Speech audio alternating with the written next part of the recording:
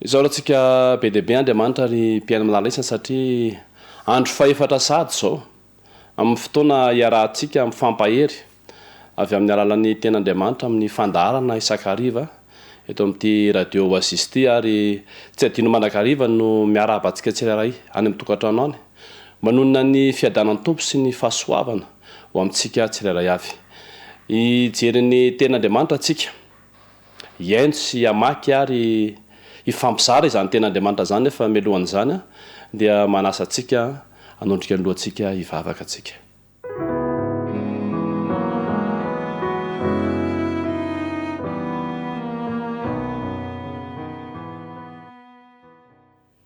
Vavakatsika Andriamanitra l'Andriamanitra rainay amin'ny alalan'i Jesosy Kristy misaotra satria afaka miaino ny teninao indray zay amin'izao hariva zao, afaka mifampahery amin'ny alalan'ny teninao, afaka mifampizara izany teninao zany ary ny faniriana lalina indrindra Jesosy eo, ny faniriana lalina indrindra Andriamanitra eo, sala amin'ny vavaka zay asandratra isan'andro dia mba hitoetra aminay ny fanahinao masina. Izay koa dia anaiky ny fiasan'izany fanahy izany ka ny tendretra zay ao ambara, ny tendretra zay ho zaraina dia hitondra soa ho an'ny mpanomponao izay mizara izany ary ho an'ireo mpanomponao ihany koa izay miaino izany teninao izany. Dia mitenena aminay satria miaino anao izay noho ny amin'ny anaran'i Jesosy. Amen.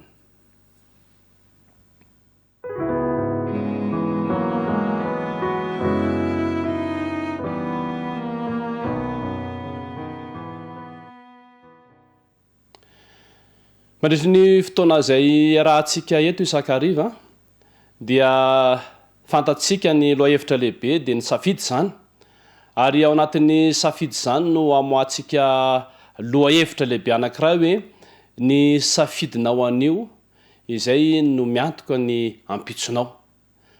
Zany hoe raha toizantsika ihany la resaka dia hoe ny safiditsika androany na anio no miantoka no avintsika ary ny safiditsika anio no miantoka ny mandrakizay atsika. Andao fitentsika kely zay hitantsika omaly.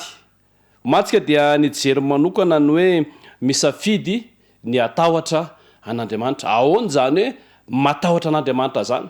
Hitantsika tao anatin'ny fiarahana teto fa ny olona anankiray zay matahotra an'Andriamanitra dia mila mifady izy, mila mankahaly izy ary mila manalavitra izay mety ho ratsy rehetra, na fiteny io, na fisainana io, na fomba fanao io, na fitafy io, ninninona zany ka zavatra ratsy sy fanaraka amin'ny sitrapon'Andriamanitra dia tokony hofadiana izany, tokony hankalaina izany, tokony halavirina izany. Izany no atao hoe lehilahy na vehivavy matahotra an'Andriamanitra. Inona ny tombontsoa azoko sy azonao raha ohatra ka misafidy ny atahotra an'Andriamanitra atsika? Dia hitantsika omaly fa voalazany tao hoe rehefa matahotra an'Andriamanitra ny olona anankiray, ny fahatahorana an'Andriamanitra hozy izy no mahela velona, azona fiarovana matoky ary na ny ankonana ny fianakaviana ny zanaka ary dia mahazo fialofana rehefa matahotra an'Andriamanitra ny ray aman-dreny. Hitantsika tao fa ny fahatahoran'Andriamanitra dia analavirana ny fandriky ny fahafatesana. Ary voalazany any amin'ny toko sy andininy jerentsika omaly koa fa ny fahatahoran'Andriamanitra rehefa matahotra an'Andriamanitra ny olona anankiray dia tsy hanan-java-mahory. Hitantsika tamin'ny fanazavana omaly fa tsy ho amin'izao fiainana zao ihany no hipetrahany zany teny fikasana zany fa indrindra ho amin'ny fiainana mandrakizay, ho amin'ny fiainana any aoriana, ho amin'ny ho avintsika, ho amin'ny ampitsika no tena hipetrahany zany teny fikasana, tombontsoa azo avy amin'ny fahatahorana an'Andriamanitra izany. Inona no fiafaran'ny safidy ary? Rehefa misafidy atahotra an'Andriamanitra, rehefa misafidy atahotra an'Andriamanitra ianao dia inona ny fiafaran'izany safidy zany? Hitantsika tao anatin'ny toko sy andininy izay niresahana omaly fa ny olona matahotra an'Andriamanitra dia azo fiainana tsy haran-doza, ary io fiainana io dia tsy le fiainana izay resahantsika eto fa le fiainana mandrakizay izay omanin'Andriamanitra ho an'izay matahotra azy, tsy haran-doza. Tsy le loza eto no resahantsika fa ho avy ny loza izay fandringanana ireo ratsy fanahy sy ireo tsy matahotra an' Jehovah, fa ireo matahotra an' Jehovah izay fotoana izay dia voaro amin'izany loza izany. Zava-dehibe ihany koa zany ity lohevitra fahatelo izay hitantsika omalytika dia miantso atsika manamafy ny antsomaly mba ananatsika fatahorana izany Andriamanitra zany. Androantsika dia miditra amin'ny andro faefatra makasika an'io safidy io. Ny safiditsika an'io izay no miantoka ny ampitsotsika, izay no miantoka ny hoavitsika, izay no miantoka ny manakizay atsika. Androantsika dia hijery hoe misafidy ny anompo an'Andriamanitra. Tany ampiandohana atsika rehefa nijery an'ireo misafidy an'Andriamanitra dia nahita tao hoe ny olona misafidy an'Andriamanitra dia misafidy ny atahotra azy, dia hitantsika omaly ilay matahotra azy. Hitantsika ihany koa hoe rehefa misafidy an'Andriamanitra dia misafidy ny anompo azy. Dia ho jerentsika androany zany hoe ahoana ilay misafidy anompo an'Andriamanitra ny olona anankiray. Ny fanontaniana mipetraka voalohany zany arak'ilay mazatra atsika dia hoe ahoana moa zany le hoe misafidy ny anompo an'Andriamanitra. Jerentsika ao amin'ny Jaona toko 12 andininy 4:20. Jaona toko 12 ny andininy 4:20. Dia zao no zavatra voalazan'io ten'Andriamanitra io. Rehefa mifidy ny anompo an'Andriamanitra ny olona anankiray dia ahoana ozy izy. Jaona toko 12 andininy 4:20. Vakitsika aminaran'i Jesosy manao hoe raha misy olona manompo ahy dia aoka izy anaraka ahy, ary izay itoerako dia ao koa ny toeran'ny mpanompoko. Raha misy olona manompo ahy dia ankalaza azy ny iray. Rehefa malala isany, ry mpihaino malala isany zay manaraka izao fizarana ny ten'Andriamanitra zao, ny olona anankiray zany rehefa misafidy ny anompo an'Andriamanitra dia voalazany eto izy aoka izy anaraka. Ny mpanompo an'Andriamanitra zany dia manaraka an'Andriamanitra, zany hoe ny ohatra naseho an'Andriamanitra tamin'ny alalan'i Jesosy, ny sitrapon'Andriamanitra zay naseho tamin'ny alalan'i Jesosy, dia izany no tokony ho arahan'ireo milaza fa misafidy ny anompo an'Andriamanitra, na iza na ianao zany izay resaka zay. Ary tsy vitan'izay, tsy hoe misafidy anaraka an'Andriamanitra fotsiny tsika rehefa misafidy ny anompo azy, fa andresahany tao ihany koa izay ataony no atao. Inona nataon'i Jesosy rehefa tetỳ ambony tany izy? Inona zavatra renan'i Jesosy? Ary zay zany no arahany tsika rehefa misafidy anompo an'Andriamanitra isika. Raha jerentsika koa ny teny anankiray izay voalaza teo dia hoe izay toerako no itoeranareo koa. Ary zava-dehibe io raha teto ambony tany, satria tsika tsy mahita an'i Jesosy amin'izao fotoana zao fa lasa nandeha any an-danitra izy, nanomana fitoerana ho an'ireo izay matahotra azy, ho an'ireo izay misafidy ny anompo azy, ho an'ireo izay misafidy ny teniny, dia nanomana toerana ho an'ireo olona ireo Jesosy amin'izao fotoana zao.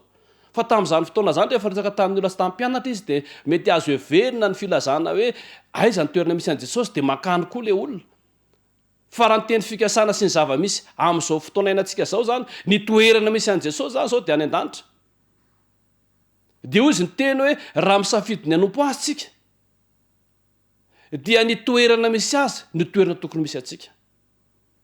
Ka tsika tsy afaka ny ho eo amin'izany toerana misy an'i Jesosy zany, tsy afaka anakaiky azy tsika raha tsy misafidy ny anompo an'Andriamanitra arak'izay voalaza teto hoe izay alehany aloha no alehantsika, izay nataony aloha ny ataontsika, izay fisainan'i Jesosy no fisainantsika, izay firesaka Jesosy izany no firesantsika, izay fifandraisan'i Jesosy tamin'ny olona izany no tokony fifandraisantsika amin'ny olona. Mety ozy tsika hoe olombelona ihany ane, tsy tonga lafatra ane, marina zany, mety olombelona tsika, mety tsy tonga lafatra tsika, kanefa tsy izany no midika fa hoe afaka manao zavatra fanotra amin'ny sitrapon'Andriamanitra atsika. Fa ny zavatra tsika azo atao eo ambany fahasoavan'Andriamanitra, ambany fitarihan'ny fanamasina, dia ny manao zavatra mifanaraka amin'izany sitrapon'Andriamanitra zany. Inona ihany koa no ataon'ny olona anankiray rehefa misafidy ny anompo an'Andriamanitra izy. Jerentsika izay voalaza ao amin'ny tantara voalohany toko 7:20 andininy 7. Tantara voalohany toko 7:20 andininy 7. Dia zao no voalazan'io ten'Andriamanitra io, hoy izy: ary ianao ry Solomona zanako, aoka fantatrao ny andriamanitra indrainao ka manompo azy amin'ny fo rehetra sy ny fanahy mazoto fa Jehovah dia mpandinika ny fo ary ny fietretana rehetra dia fantany avokoa. Raha mitady azy ianao dia hita azy, ary raha mafoy azy kosa ianao dia ariny mandrakizay. Rehefa misafidy ny anompo an'Andriamanitra ny olona anankiray, sahala teneniny Davida tamin'ny Solomona dia ozy izy, ary ianao ry Solomona zanako, aoka ho fantatrao Andriamanitra indrainao ka manompo azy amin'ny fo rehetra sy ny fanahy mazoto. Ny olona anankiray zany rehefa misafidy ny anompo an'Andriamanitra dia tena manompo izy, manompo amin'ny fo rehetra, manompo amin'ny fanahy mazoto. Rehefa manompo an'Andriamanitra ny olona anankiray dia tsy mila tombony izy amin'izany fanompoana zany, tsy mila tambony izy amin'izany fanompoana izany. Rehefa manompo dia manompo. Fa indraindray misy olona ohatrany hoe tsy afaka ny anompo an'Andriamanitra raha tsy dokadokafana kely, raha tsy tambatambazina kely. Indraindray misy olona mazoto indray manompo an'Andriamanitra fa te hila tambony, te hila dera, te hila laza. Ry-piaino manala isany eo, ny olona misafidy ny anompo an'Andriamanitra dia manompo azy amin'ny fo ary manompo azy amin'ny fanahy, amin'ny fahafenoana zany rehetra. Dia araky ny voalaza teo koa hoe amin'ny fanahy mazoto. Zany fanahy mazoto zany tsy misy hoe alao aloha mba akaina kely fa efa mba betsaka izay vitako izay ny amin'ny fanompoana an'Andriamanitra. Tsy zany atao hoe fanahy mazoto, fa ny fanahy mazoto ry havana na amin'ny fotoana na tsy amin'ny fotoana dia manompo an'Andriamanitra foantsika. Na misy inona na misy inona dia manompo an'Andriamanitra foantsika. Indraindray dia misy tsika mety hoe tezitra amin'ny olona anankiray dia ajanona ny fanompoana an'Andriamanitra. Fa Andriamanitra nga niady tamintsika, Andriamanitra nga natezitra atsika. Ny ten'Andriamanitra dia mametraka hoe lozan'izay viany fanavitolana.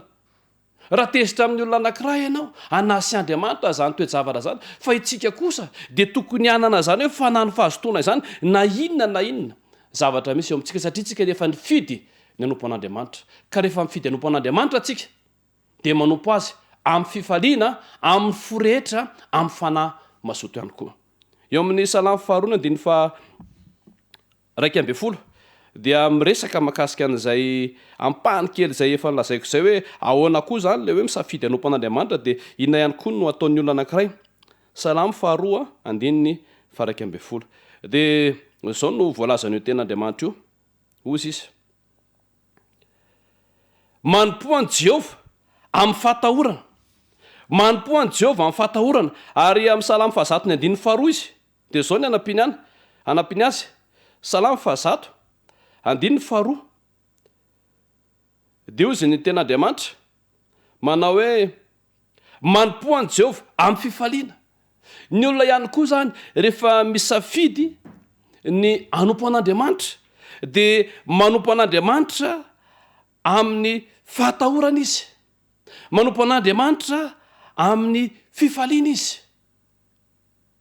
Ary zany hoe manompo an'Andriamanitra amin'ny fahatahorana zany voamaly tsika nahita hoe rehefa manompo an'Andriamanitra zany ny olona anankiray dia tokony fadiny ny zavatra ratsy rehetra, ny eritreritra, tokony hankalainy ary alaviry ny zavatra ratsy rehetra. Eo amin'ny fanompo an'Andriamanitra zany tsy tokony misy olona mialatsiny amin'ilay fomba fiteny hoe olona ratsy saina zany. Eo amin'ny fanompoana an'Andriamanitra zany tsy misy tokony hoe olona ratsiratsy toetra zany. Fa rehefa misafidy an'Andriamanitra ny olona anankiray dia misafidy mandeha araka izay nalehany, mitoetra any amin'izay toerany. Izay ny hitantsika teo aloha. Ary eo amin'ilay toko izay andininy faharoa teo dia hoe manompo azy amin'ny fifaliana. Mialatsiny amin'ilay fomba fiteny ozy ny tanora izay hoe tsy makalagy, satria misy angen'ny olona makany am-piangonana aka an'izany fahatezerana zany. Rehefa misy olona tsy metimety aminy tory-teny ohatra dia mody matory angamba izy, mody tonga any izy fa matory izy na tsy miraharaha, dia anisany faty antoka. An'ilay mitory-teny ve, an'ilay mizara ny ten'Andriamanitra ve, an'ilay mizara ny fahamarinana ve, sa ho antsika manao mini tsy mihaino ny ten'Andriamanitra, tsy mifantoka amin'ny ten'Andriamanitra noho tsy fitiavantsika ny olona anankiray izay mitory ny ten'Andriamanitra. Ry-piaino malala isany eo. Rehefa manompo an'Andriamanitra atsika, rehefa misafidy anompo an'Andriamanitra atsika dia tokony hanana fifaliana foana. Araky ny voalazan'ny Davida manao hoe faly ara hozy ireo tamiko andeha any an-tranon'i Jehovah. Zany olona makany an-tranon'i Jehovah zany, zany olona miaona amin'Andriamanitra zany tokony hanana fifaliana mandrakariva, fa tsy hoe fahatezerana no alehanao any. raha izay ary ny atao hoe misafidy an'Andriamanitra, anompo an'Andriamanitra. Ahoana kosa? Inona kosa ny tombontsoa azontsika rehefa misafidy ny anompo an'Andriamanitra? Zay moa zany lay lalana izorantsika amin'ity fanazavana ty hoe resahantsika aloha hoe inona lay atao hoe misafidy zavatra anankiray, inona ny tombontsoa azo avy amin'io zavatra anankiray zay safidintsika io, na fanapa-kevitra zay safidintsika io, ary any afarantsika de hijery hoe inona ny fiafaran'izany safidy zany. De eto amin'ny fizanana faharoa zany tsika zao hoe inona ny tombontsoa rehefa misafidy anompo an'Andriamanitra ny olona anankiray. De ndao jerentsika zay voalaza ao Matteo 12:20, andiny 20. Matteo 12:20 andiny 20. De zao no voalaza ny ten'Andriamanitra io manao hoe arindro ny mpanompoko izay nofidiko, ny malalako izay sitraky ny fokindrindra, apetraka eo amin'ny fanahiko, apetrako ao amin'ny fanahiko, ary torony rariny amin'ny jentilesisy.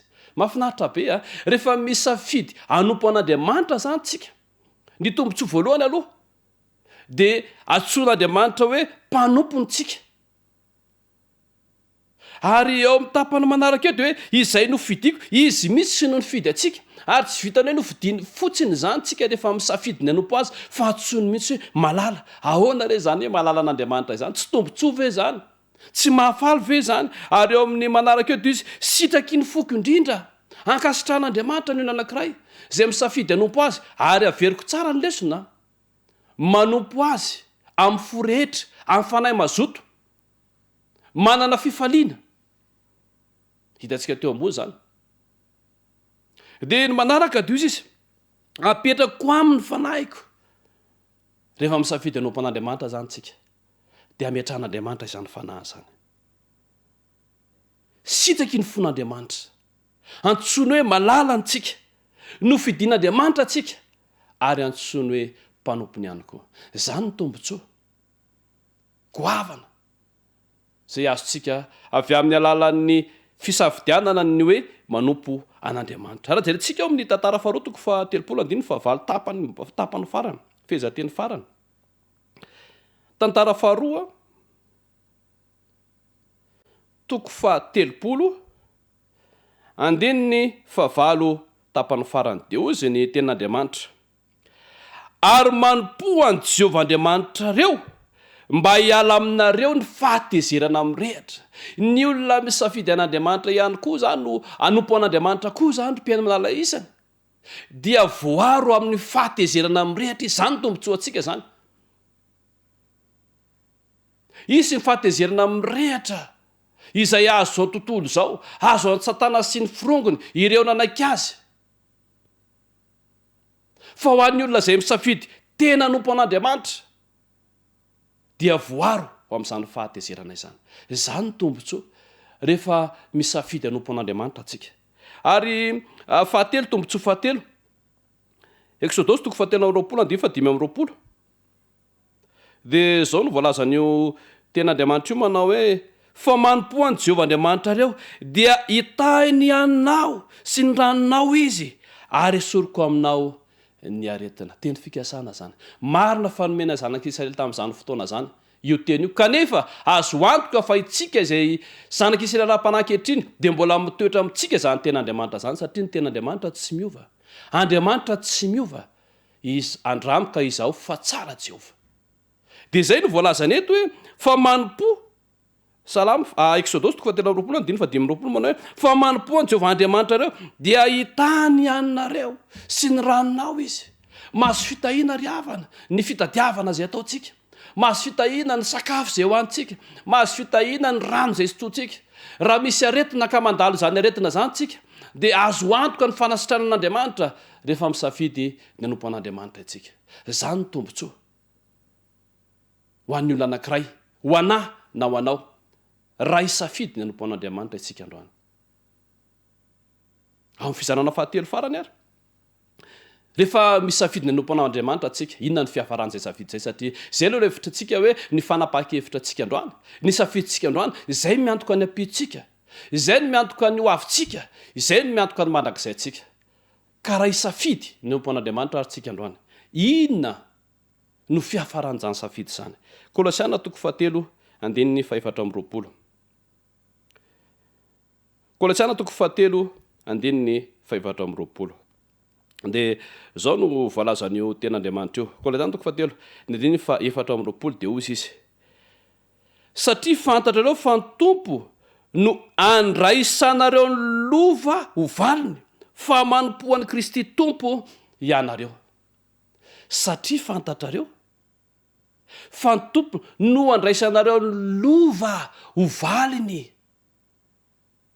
fa manompoa any Kristy tompo ianareo ry havana ry mpanatrika malala isany izay miaino izao ten'Andriamanitra izao zay makamamy ny fiainona izao ten'Andriamanitra izao rehefa misafidy ny anompo an'Andriamanitra ny olona anankiray de misy lova zay omanin'Andriamanitra azy misy lova zay efa karakarain'Andriamanitra ho azy satria arakintatsika hatramin'izay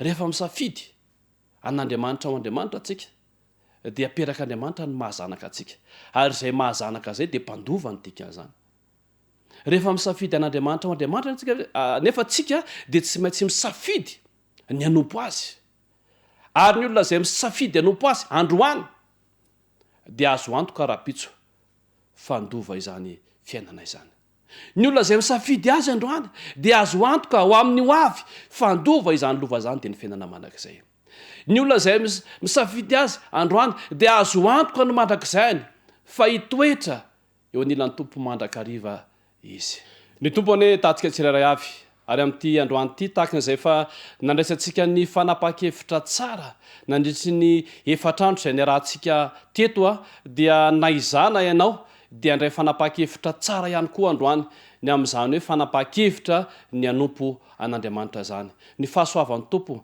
ny fiadanana ane ho amintsika tsirairay avy sy ny tokantranontsika amen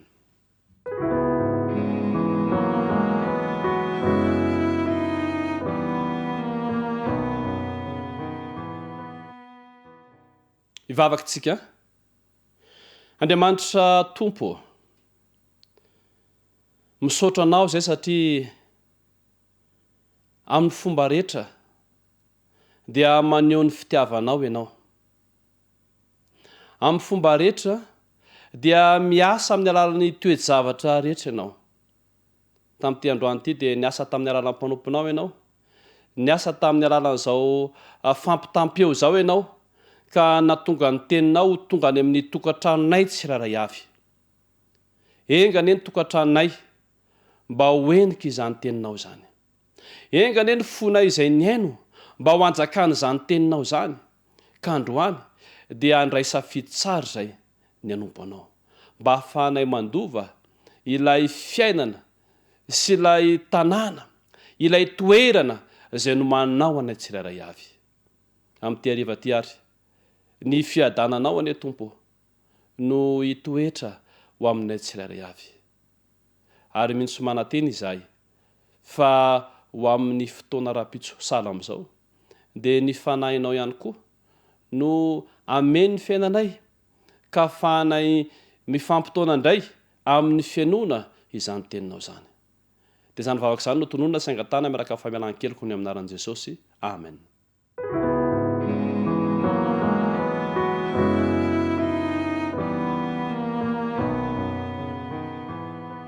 mamiaraky ny mandra-peona amintsika tsirairay avy amin'izao takariva izay ny arahantsika izao ary misaotra antsika hatrany ny amin'ny fanarahana ny fandaharana ny amin'ny faharetana ny amin'ny fiainona izany ten'Andriamanitra izany ny tompo ane hitantsika tsirairay avy ary mitaona anareo ho amin'ny fotoana raha-pitso indray ano izy atsika izao lohevitra zao tao amin'ny namana afaro ny havana mba hipetraka ao amin'izany onjam-peo 900 teboka ivra zany satria ny tenin'Andriamanitra dia mahasoa ary ten'Andriamanitra no antoka tsara indrindra zay ahafahantsika miatrika ny toe-javatra misy amin'izao vanim-potoanany faran'izao mirary soa mandra-peona ho amintsika mandrakariva ny fitahin'Andriamanitra